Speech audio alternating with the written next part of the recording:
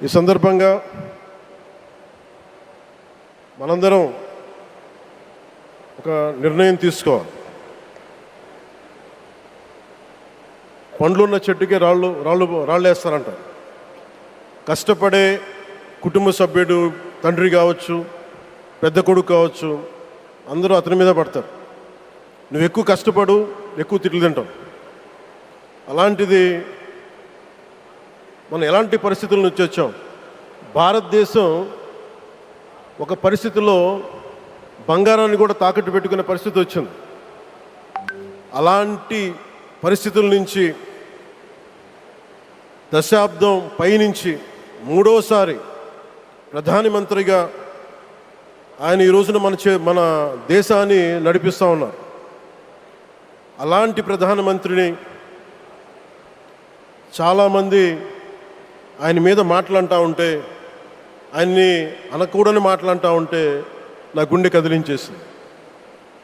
నా కన్నీళ్ళు వచ్చినాయి, బాధ వచ్చింది. దేశం కోసం కష్టపడే వారికి ఇవా చివరికి మనం ఇచ్చేదేం. కొత్త తరానికి ఏం తెలుసు? ఆయన పడ్డ కష్టం. ఒక్కరోజు కూడా సెలవు తీసుకోలేదు మన ప్రధానమంత్రి గారు. ఈరోజు పెట్టుబడులు వస్తున్నాయి మనకి, ఒక్కరోజు కూడా సెలవు తీసుకోలేదు. శత్రు దేశాలు, మన అభివృద్ధికి ఈర్ష్యపడే పశ్చిమ దేశాలు, వీటన్నిటినీ తట్టుకొని ఒకవైపు విదేశాల్లో ఉండే శత్రువులతో పోరాడాలి, దేశాన్ని అభివృద్ధి పదంలో తీసుకెళ్దామంటే అంతర్గత శత్రువులతో పోరాడాలి.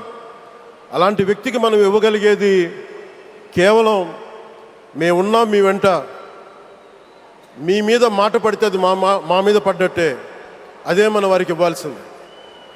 నిజంగా ఆయన జంతర్ మంత్రులు అన్ని మాట్లాడుతూ ఉంటే నేను ఈ రోజున ప్రధానమంత్రి గారికి ఒకటే ఇస్తున్నాను: మిమ్మల్ని కొట్టే నాయకుడు లేడు ఈ భారతదేశంలో, రాబోడు. ఎందుకంటే మీరు పడ్డ శ్రమ, మీరు పడ్డ కష్టం ఎవరు తీసుకోలేరు. ఎన్ని బాధలు పడ్డా, ఎన్ని దెబ్బలు తిన్నా ఈరోజు మనం గర్వంగా చెప్పుకుంటున్నాం. మన ఉత్తరాంధ్రకి ఎయిర్పోర్ట్లు వచ్చినాయి, ఇన్ని లక్షల పెట్టుబడులు వచ్చింది ఆంధ్రప్రదేశ్కి.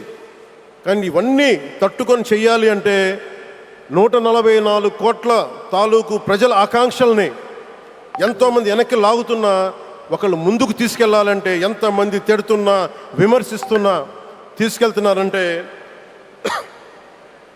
ఒకే ఒక్క నాయకుడు ప్రధానమంత్రి శ్రీ నరేంద్ర మోదీ గారు.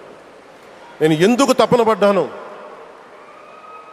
నేను అలయన్స్ కోసం ఎందుకు తపన పడ్డాను, మీ నాయకత్వం మాకు కావాలి ఎందుకు తపన పడ్డానంటే, ఈరోజు ఎయిర్పోర్ట్ ఆపేశారు.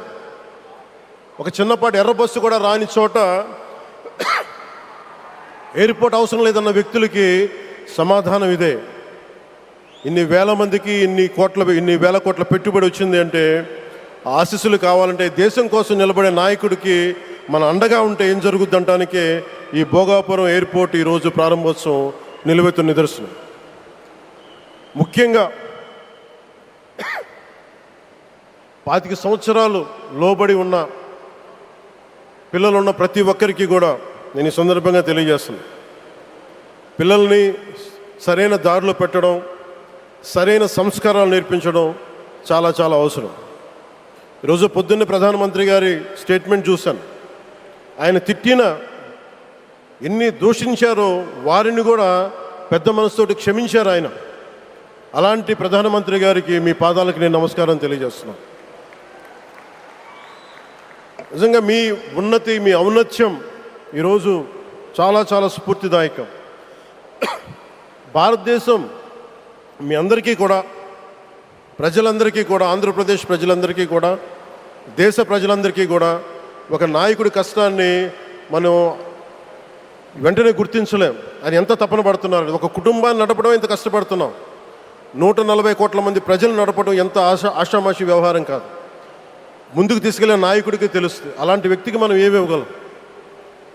దేశాన్ని నడిపించడం అంటే రామకార్యం లాంటిది. హనుమంతుడు లంకకు లంఘించినప్పుడు అనేక అవంతరాలు వచ్చినాయి, అనేక అడ్డంకులు వచ్చినాయి. రామకార్యం చాలా గొప్పది. అలాగే ఈరోజు ప్రధానమంత్రి గారు దేశాన్ని ముందుకు నడిపించేది బృహత్కార్యం, చాలా మహాకార్యం అది. అలాంటి వ్యక్తికి మనం ఇవ్వగలిగేది, హనుమంతుడికి మనం ఏమి ఇవ్వగలం? నువ్వెంత గొప్పగా లంఘించావు, ఎంత కష్టపడ్డావు. ఏ దేవతకైనా ఇవ్వాల్సిన స్తుతే. వాళ్ళు మన నుంచి ఏమి కోరుకోరు. ఒక తల్లిదండ్రులకి మనం ఏం కోరుకోరు, అమ్మ నువ్వు మా కోసం కష్టపడ్డావు, నాన్న నువ్వు మా కోసం కష్టపడ్డావు అని. అలాగే ఈ దేశ ప్రధానికి, సెలవు తీసుకోకుండా పనిచేస్తున్న ఈ దేశ ప్రధానికి మనం ఇవ్వగలిగేది, మీరు మా కోసం ఎంత కష్టపడ్డారు, మీరు మా కోసం నిరంతరం ఎంత శ్రమ తీసుకున్నారని చెప్పడమే మనందరి కర్తవ్యం. అలాంటి గౌరవ ప్రధానమంత్రి గారికి మనస్ఫూర్తిగా మీరు అనుకున్నంత కాలం అధికారం మీరు వద్దంటే వదలాలి, కానీ అధికారం మీ చేతుల్లోనే ఉంటుంది. దానికి మేమందరం నిరంతరం కృషి చేస్తామని తెలియజేసుకుంటూ, ఈ నేల బానిసగా ఉండదు, ఈ జాతి ఎవరికి తల వంచదని సవాల్ విసిరిన అసామాన్య విప్లవ వీరుడు అల్లూరి సీతారామరాజు గారు, ఆయన పేరు మన ఎయిర్పోర్ట్కి పెట్టడం చాలా చాలా స్ఫూర్తిదాయకం. As we dedicate this airport to the people, one thought comes to my mind. Alluri స్ఫూర్తి రెక్కలపై ప్రపంచాన్ని చేరే Andhra Pradesh. Rooted in Alluri's ideals and driven by the aspirations of our people, Andhra Pradesh is ready to soar to greater heights.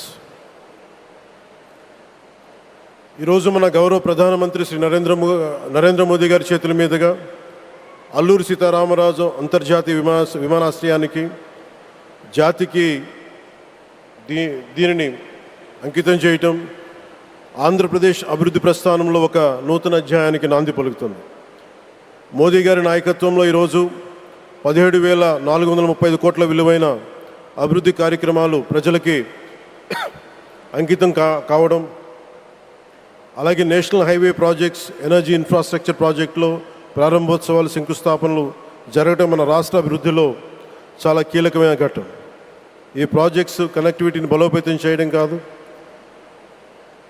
Energy సెక్యూరిటీని పెంచి industrial గ్రోత్స్కి మరింత వేగాన్ని అందించి యువతకి ఉపాధి అవకాశాలు మెరుగుపరిచి ఆంధ్రప్రదేశ్ని మరింత వేగంగా అభివృద్ధి పదంలో ముందుకు నడిపిస్తాయి.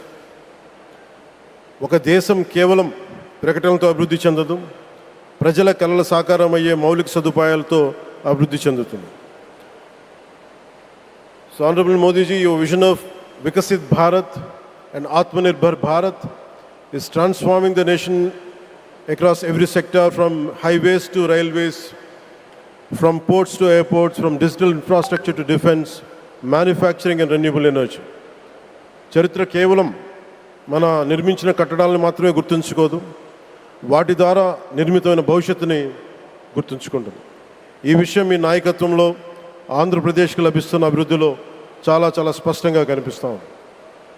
ఇదివరకే విశాఖపట్నంలో 2 లక్షల కోట్ల పైగా పెట్టుబడులు, అందులో ఎన్టీపీసీ గ్రీన్ హైడ్రోజన్ హబ్, జాతీయ రహదారులు, రైల్వే ప్రాజెక్టులు, అలాగే అమరావతి కోసం 50,000 కోట్ల పెట్టుబడులు, రాయలసీమ అభివృద్ధికి 13,400 కోట్ల ప్రాజెక్టులు మన రాష్ట్ర అభివృద్ధికి బలమైన పునాది వేస్తున్నాయి.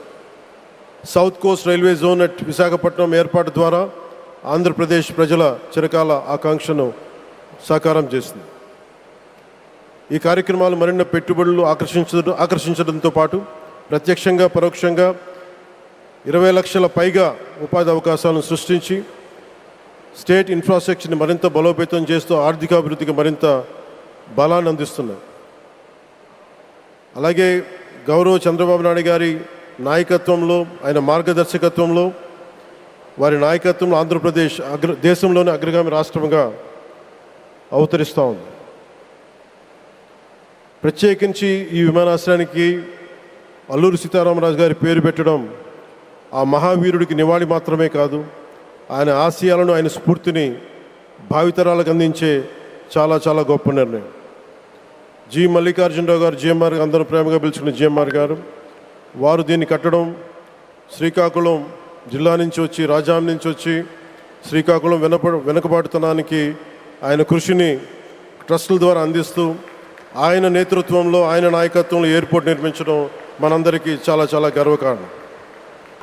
భారతమాత ముద్దుబిడ్డ మన ప్రధానమంత్రి నరేంద్ర మోదీ గారికి ధన్యవాదాలు తెలుపుకుంటూ, ఒక్కసారి ఆయనకి ఇవ్వగలిగేది భారత్ మాతకి జేజేలు చెప్పుకుంటూ సెలవు తీసుకున్నాను.